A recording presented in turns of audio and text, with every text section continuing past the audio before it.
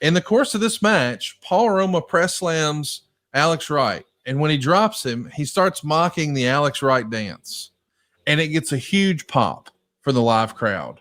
And I could see how, if you're Ric Flair and you already have decided you don't like the guy for whatever reason. Eric Bischoff shoots Paul Roma sandbagging Alex Wright during their infamous match. Let's see what Eazy-E has to say. Remind everybody that Paul Roma didn't actually get fired immediately following the pay-per-view. I was able to jump on cagematch.net, which is where we get all of our data here at on the podcast network. But he says that, or it shows that Flying Brian was still beating Paul Roma in March of 1995 down at the Disney MGM tapings. He had a dark match against Brian Pillman 10 days prior to that in Atlanta. So he's still got a handful of shots left after this, but this was his last pay-per-view appearance with the company. It is the first match on the show. The Observer gave it 1 star. The Torch gave it 1 star and 3/4. And the legend of this match that has become internet wrestling lore is that Roma was unprofessional and sandbagging the match here to undermine Alex Wright rather. And that story's been out there since, I believe, even before the shoot interview, but the shoot interview lore just made it even bigger. Do you remember there ever being a famous story about someone being fired for sandbagging another wrestler? Like, is there one that comes to mind? Like, oh yeah, this guy sandbagged that guy and he was out of there. Not that I can recall off the top of my head. I mean, it may have happened. I didn't really get involved in those kinds of decisions until well into 96. So if it would have occurred before then, I just wouldn't have been part of those discussions. I mean, I left wrestling operations to operate wrestling, and I tried not to get too involved in that type of thing. But if whether it would be Ric Flair or Dusty Rhodes or anybody else would have said, it's not working. If it's not working for them, then it wouldn't have worked for me, and I would have supported whatever decision they made. It does make me wonder, is this Ric Flair's influence? And Lord, I'm not trying to stir it up here, but I said at the top of the show, I've always heard that Ric Flair and Jim Barnett were really high on Alex Wright. I also don't believe that Ric Flair was all the way in favor of Paul Roma becoming the 4th horseman instead of it being Tully Blanchard. I'm sure he had a different idea in mind. And I know that Paul Roma did not exactly endear himself to Ric Flair. He felt like he was the new hot thing and Flair was yesterday's news. Flair still has a little influence and a little power here. And Flair had a lot of influence and a lot of power there. In the course of this match, Paul Roma press slams Alex Wright. And when he drops him, he starts mocking the Alex Wright dance. And it gets a huge pop for the live crowd. And I could see how, if you're Ric Flair and you already have decided you don't like the guy for whatever reason, you just didn't click, your personalities don't mesh well, you didn't like him in your faction, the 4 horsemen, whatever it is, and you're trying to get Alex Wright over. And even just announcing his name has the fans booing, but that's not the desired result. You're trying to make him a babyface. If Paul Roma, who had heard that and seen that, just did what all wrestlers do and listened to the crowd and feels like, oh, okay, let's give them more of what they want. If they really wanted him to do that and he does the dance and it gets a big pop, I could see how somebody in the back would say, oh, he's going into business for himself. And they'd be right, by the way. His job was to make Alex, if that happened, again, I don't recall it. I can't tell you blow for blow what he did or what Paul did or didn't do appropriately. But yeah, if you're Ric Flair or you're Dusty Rhodes or you're anybody else and you're trying to get this young kid over him, yeah, maybe you're swimming upstream and you're trying a little too hard, or the character isn't quite right and the audience isn't reacting the way you want the audience to react. The heel's job is to get them to react the way you want them to react, not to go out there and get yourself over. And the way you're describing it, to me, sounds like the classic example of an unprofessional performer, in this case, Paul Roma, getting himself over, playing to the crowd as the heel when his job is to help get the babyface over. So if that's what happened, and if someone would have come to me, again, whether it was Dusty or Rick or anybody else and said, here's why I'm letting this guy go, and here, take a look and you'll see what I mean, I wouldn't have questioned that decision for a moment. Plus, I think it's been confirmed by Paul Roma.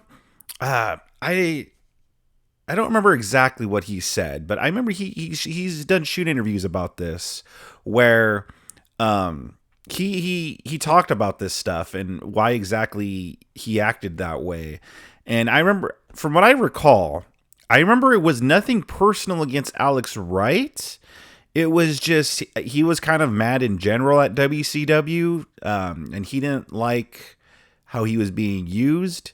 And so when they wanted him to go in and put this young guy, Alex Wright, over, he just, he was angry that night. He was upset, and he took it out on Alex Wright, and he went into business for himself. It has been confirmed that he went into business by himself, but Eric Bischoff's absolutely right, though.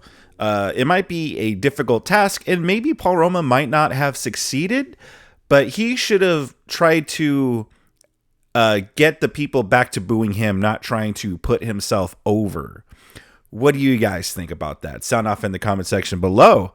Subscribe to my channel if you enjoy so far. Let's continue. Well, I just want to remind everybody that this causes a change. Maybe you weren't paying attention to it at the time, but yeah, he's dancing his ass off here at SuperBrawl. Paul Roma mocks him. It gets a huge pop. And for the next set of tapings, Center Stage, which went down on April 5th, they're taping WCW Saturday night. Alex Wright gets a win in the match, but he does not dance before the match. So it does feel like, okay, maybe we overdid that too much. We should pull that back a little bit. I know that ultimately he does bring the dancing back, but that does feel like that touched a nerve to me. Yeah, it's a reaction. Yes. Definitely a reaction. Let's talk about Slamboree. Here's what's written in the Observer. As it turned out, the only wrestler on the show who even came off looking like a good worker was Arn Anderson, who was almost perfect in his role of carrying Alex Wright to his best TV match to date and beating him convincingly in a way that Wright came out looking fine. It didn't go unnoticed that the biggest surprise pop of the show was when the referee counted 3 after Anderson's DDT. So he's no longer working the first match or the second match on the pay-per-view. Now he's working with Arn Anderson. He's worked his way up after all these wins to a television title shot on pay-per-view. And with the DDT, boy, he gets a big reaction. Arn Anderson does. Fans are, they're not a fan of Alex Wright. But boy, they started him off nicely. I mean, let's take a look at his big high-profile matches so far.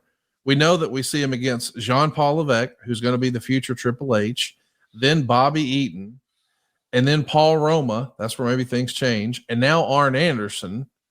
I don't know that there's going to be some people who maybe snicker a little bit when I'm talking about Paul Roma this way, so we'll set him aside.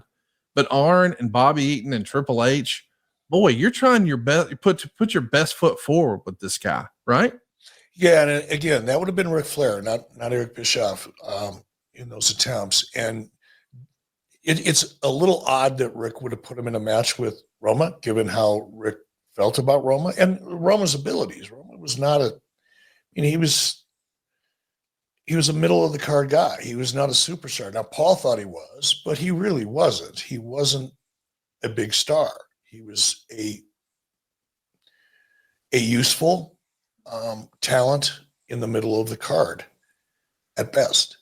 So it's odd that Rick would have booked that match. Well, hang on. Here's what I wanted to get to, because here's what Rick did with this booking. Allegedly, this is what's written in the Observer and the Torch. Alex Wright was supposed to win this match. Alex Wright was supposed to beat Arn Anderson for the television title. That was the original plan for Slamboree 95. That's the way it's written about in the Observer and in the Torch. But it's also pointed out that this is yet another sign of the power struggle behind the scenes between Ric Flair and Hulk Hogan. Because Rick's idea was, I'm going to have my best buddy, Arn Anderson, put over Alex Wright. I think Alex Wright's going to be the next big star. We're going to keep doubling down on Alex Wright. Allegedly, Hulk Hogan didn't like that and said, no, the Renegade is going to be the next TV champion. So we're going to have Arn beat your guy at Slamboree, and then we're going to have Arn drop the TV title to the Renegade. And that is what wound up happening. But it's positioned in almost a backstage political way. And Alex Wright finds himself in the middle of this without any knowledge. It's not like he's trying to do a cosplay Ultimate Warrior gimmick.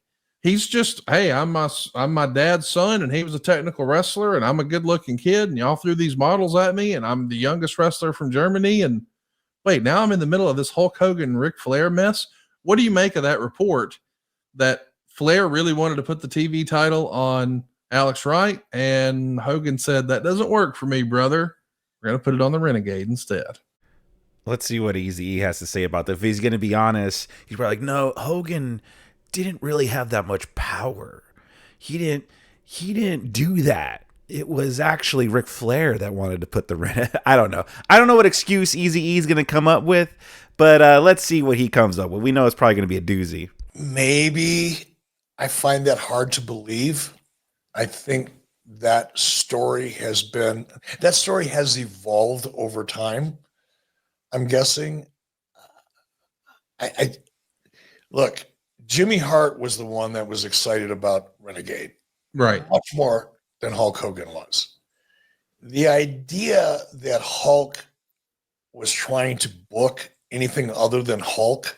Now, granted, he did, bring the Nasty Boys in, and there were certain people that were part of, Brutus the Barber Beefcake. And yes, Hulk did, in his own way, try to get them better opportunities or more exposure. And in some cases, like with Brutus the Barber Beefcake, when Hulk had creative control, he put himself in matches with Brutus to try to help get his friends over. That part is true. But to the extent that Hulk was campaigning and debating with Ric Flair or trying to influence Ric Flair to get others over, particularly somebody like Renegade, I'm not buying it.